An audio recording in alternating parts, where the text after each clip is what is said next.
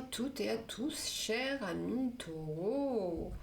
Donc on se retrouve pour votre roue astrologique du mois de février 2026 qui s'annonce pour vous comme un mois de grande lucidité. Vous qui aimez la stabilité, en plus, vous allez devoir utiliser votre esprit pour trier ce qui mérite de rester dans votre vie et ce qui doit être laissé derrière. Il y a beaucoup de tri en fait à faire pour ce début d'année 2026. On démarre. Allez, c'est parti. Dans la maison 1. Donc bien entendu, chaque maison est différente. Je vous explique à quoi ça correspond. Et la carte tirée en relation avec la maison, ce que ça donne comme résultat. On commence donc avec la maison 1 qui parle en fait de votre identité, de votre état d'esprit, et vous n'avez ni plus ni moins que la magnifique reine d'épée. Elle est tranchante, mais c'est une figure forte, donc il va y avoir forcément quelque chose d'important qui s'y passe. Donc là, clairement, l'ascendant rencontre la souveraine du discernement, ni plus ni moins. Donc, ami taureau, ce mois-ci, je pense que vous n'allez pas être dans la complaisance, parce que la reine d'épée, elle est extrêmement tranchante. Et là, en maison 1, donc dans votre propre vous, ça montre que vous êtes extrêmement lucide, voire même forcément tranchant. Il est possible que vous ayez besoin de clarté ce mois-ci. Et là, clairement, votre identité est celle d'une personne qui ne se laisse plus contrer, en fait.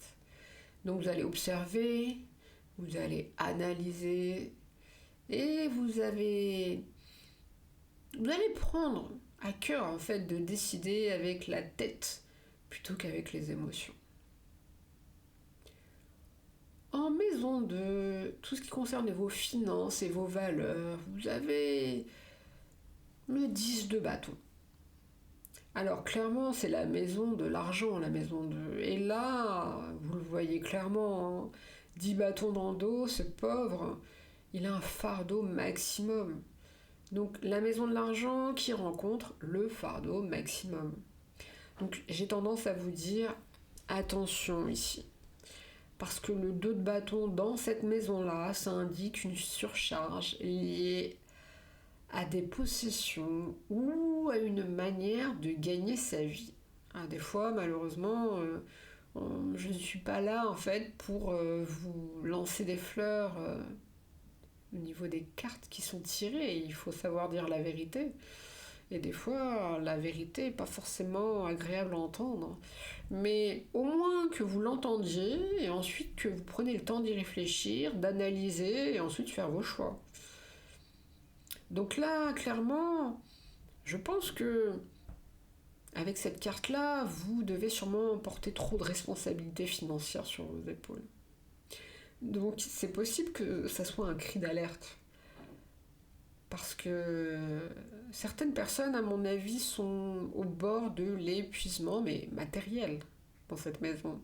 Donc il va être temps de déléguer ou de simplifier tout simplement son train de vie pour ne pas craquer. J'espère que vous n'avez pas fait trop de folie fin d'année 2025. Donc si c'est le cas, si vous avez des choses à remettre en ordre, faites-le tranquillement, il n'y a pas d'urgence bien entendu. Mais en tout cas, vous avez l'information que l'univers cherche à vous transmettre. Passons en maison 3, tout ce qui concerne la communication et le mental. Et là, on a la grande prêtresse, la papesse. Donc là, on est dans la maison des échanges et elle rencontre, cette maison-là, le silence et l'intuition que représente la grande prêtresse. Donc ça veut dire que dans vos relations quotidiennes, on va dire que vous en dites peu, mais que vous en savez beaucoup.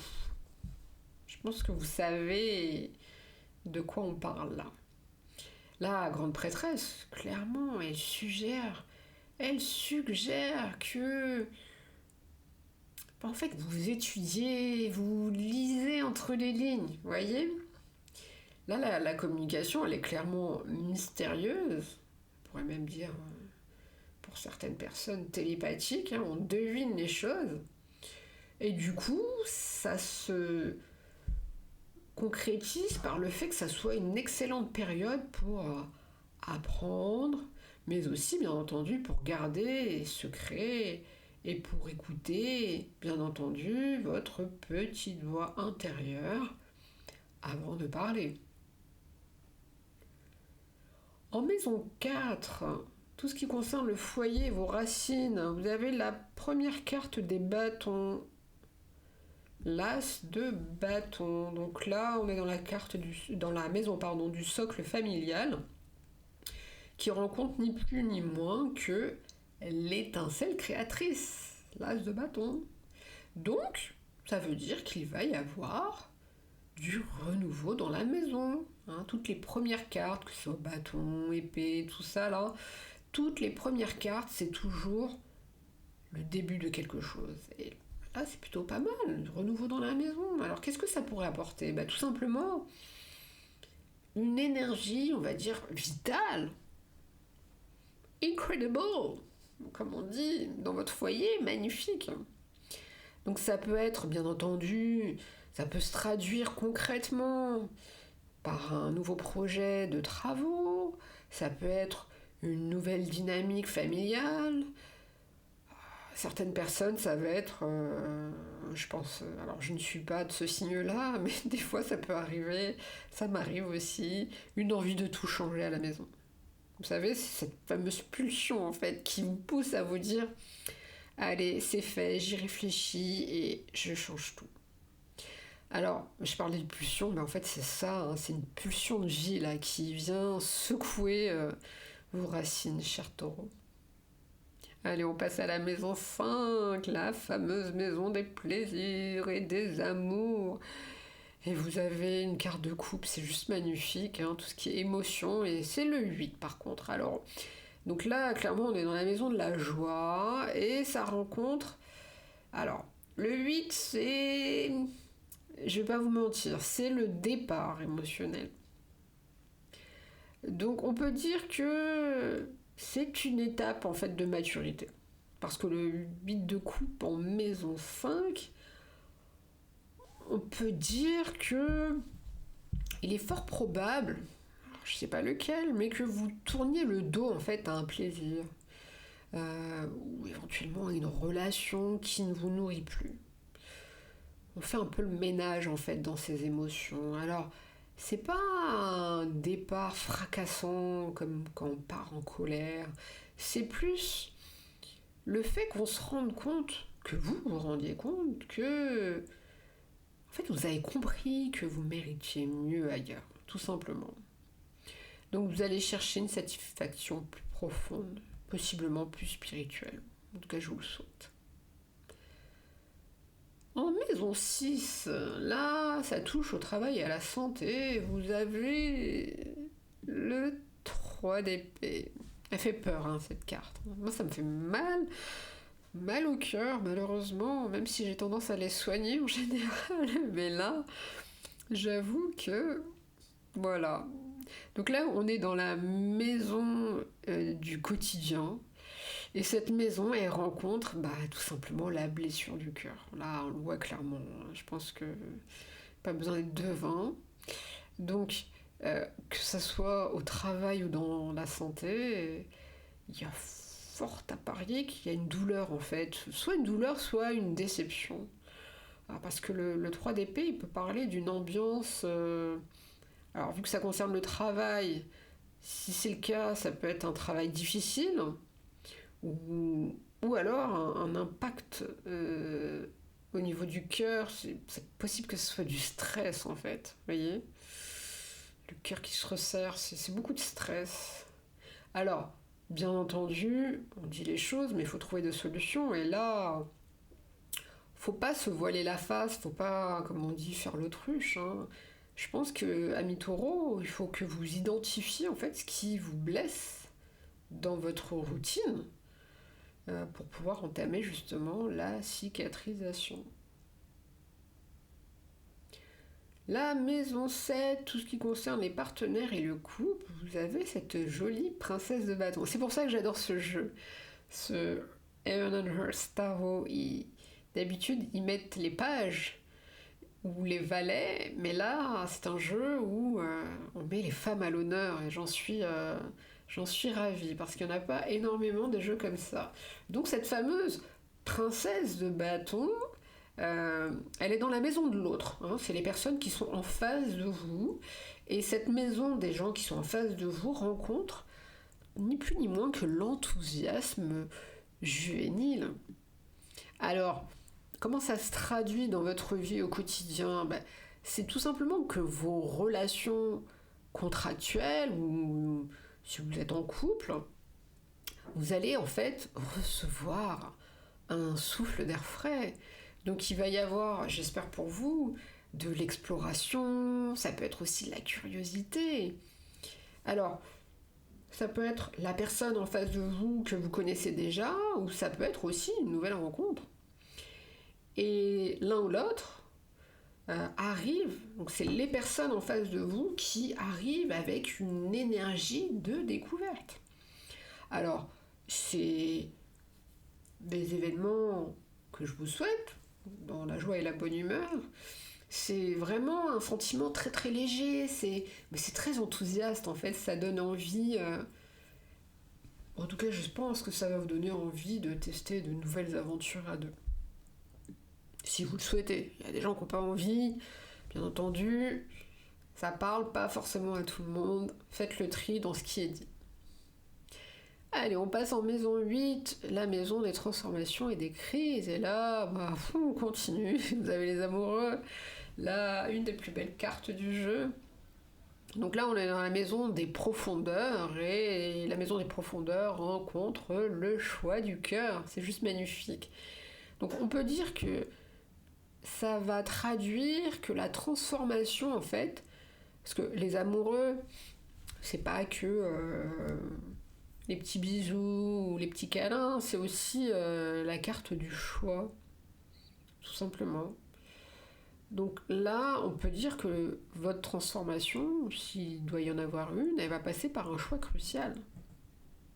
Et ça indique que vous êtes à la croisée des chemins concernant des engagements profonds. Et là, il va falloir choisir avec votre âme. Donc ça peut être une petite crise, ou une crise tout court. On va pas la tailler, hein. Mais elle est bénéfique. Et elle va vous forcer en fait à vous... En tout cas... à essayer d'aligner vos désirs avec vos actes. En maison 9, les idéaux et les voyages, vous avez le 2 d'épée. Donc là, on est dans la maison de l'élévation qui rencontre la carte de, clairement, l'impasse mentale. Je ne suis pas là uniquement pour délivrer des choses toujours agréables à entendre. Parfois, il faut un peu se secouer sur certaines situations, et là, clairement, c'est le cas. C'est pas insurmontable, hein, parce que là, il y a des fortes chances que ce soit uniquement une problématique d'hésitation qui concerne possiblement, je pense, des croyances. Ou alors, vu que ça parle de voyage aussi, ça peut aussi être une hésitation sur un projet de voyage, tout simplement. Il n'y a pas d'alerte majeure, hein. Donc là, le 2 d'épée, il montre... en fait, clairement, on le voit, hein, sur la carte. Les yeux sont bandés. Et pourquoi ils sont bandés? Bon, clairement parce qu'on n'a pas envie de voir la vérité en face. Donc moi, je vous dirais que vous êtes partagé entre deux philosophies de vie, comme on dit, hein. Mais clairement, la réponse ne viendra pas de votre mental. Non. Là, la réponse, elle viendra de votre lâcher-prise. Clairement. Allez, on passe en maison 10, qui concerne la carrière et votre destin social. Et vous avez la magnifique reine de denier. Donc là, on est dans la maison de la réussite sociale, et cette maison rencontre la carte de la maîtresse, clairement, de la matière. Il n'y a pas meilleure association, là, pour le coup. Là, c'est sa maison. La reine de denier, elle est chez elle. C'est juste magnifique. Donc, c'est un signe, clairement, de succès concret. Là, on peut dire que Ami Taureau, vous allez être reconnu pour votre capacité à gérer, à faire fructifier et même à sécuriser les projets. Donc, au niveau pro, votre carrière, je pense qu'elle est stable, elle est fertile et vous occupez une place de choix dans ce monde matériel. Chapeau. Il n'y a rien à dire de plus, chapeau. La maison 11 qui regroupe les projets, les amis, vous avez le 6 de bâton. Donc là, vous êtes dans la maison des espoirs et elle rencontre la carte de la victoire publique. Vous voyez comment il est fier sur son cheval. Donc là, clairement, succès total pour vos projets collectifs. On est un peu sur une bonne dynamique là depuis la maison 10. Donc là, le 6 de bâton, il annonce clairement que vous allez recevoir les honneurs. Là, c'est vous qui êtes honoré. Donc, vous avez votre entourage qui clairement va vous soutenir. Et vous, de votre côté, franchement, c'est mérité. Vous menez clairement vos troupes vers la victoire. Bien sûr, c'est imagé. Partez pas en guerre, s'il vous plaît. C'est imagé. Mais c'est clairement le moment de briller au public. Et moi, je vous invite franchement à savourer votre triomphe. Ça fait toujours du bien quand ça passe. Et on finit cette roue astrologique par la dernière maison, la maison 12, qui est la maison de l'inconscient et des épreuves. Là, pour le coup, vous avez le diable. Ça faisait longtemps que je ne l'avais pas vu, celui-là. Donc là, vous êtes dans la maison du jardin secret. Et le jardin secret rencontre les chaînes de l'ombre. Sacrée rencontre quand même. Donc, vu que c'est l'inconscient et les épreuves, moi j'aurais tendance à vous dire warning, warning, attention, attention, attention, attention au sabotage, à l'auto-sabotage pour être précise. Parce que là, clairement, le diable dans cette maison-là, ça montre des peurs inconscientes qui sont liées au pouvoir, qui sont aussi liées à l'argent, aux addictions. Alors, ça peut être des addictions mentales ou physiques, tout type d'addiction.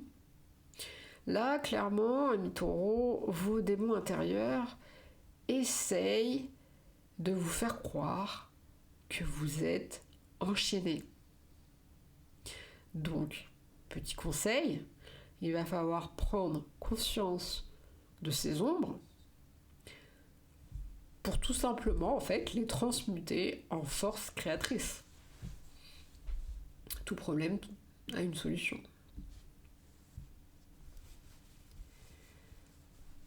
Donc, Ami Taureau, là, votre mois de février, on peut dire que c'est un contraste quand même assez saisissant.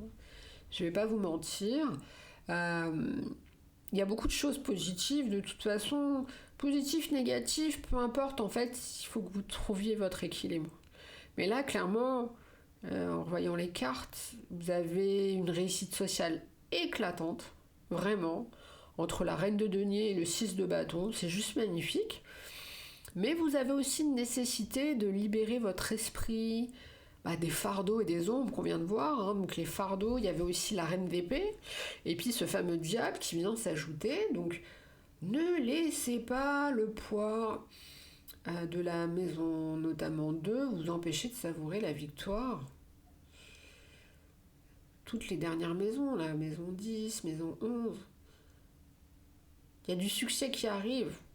Donc lâchez rien et profitez pleinement de votre mois de février, Ami Taureau.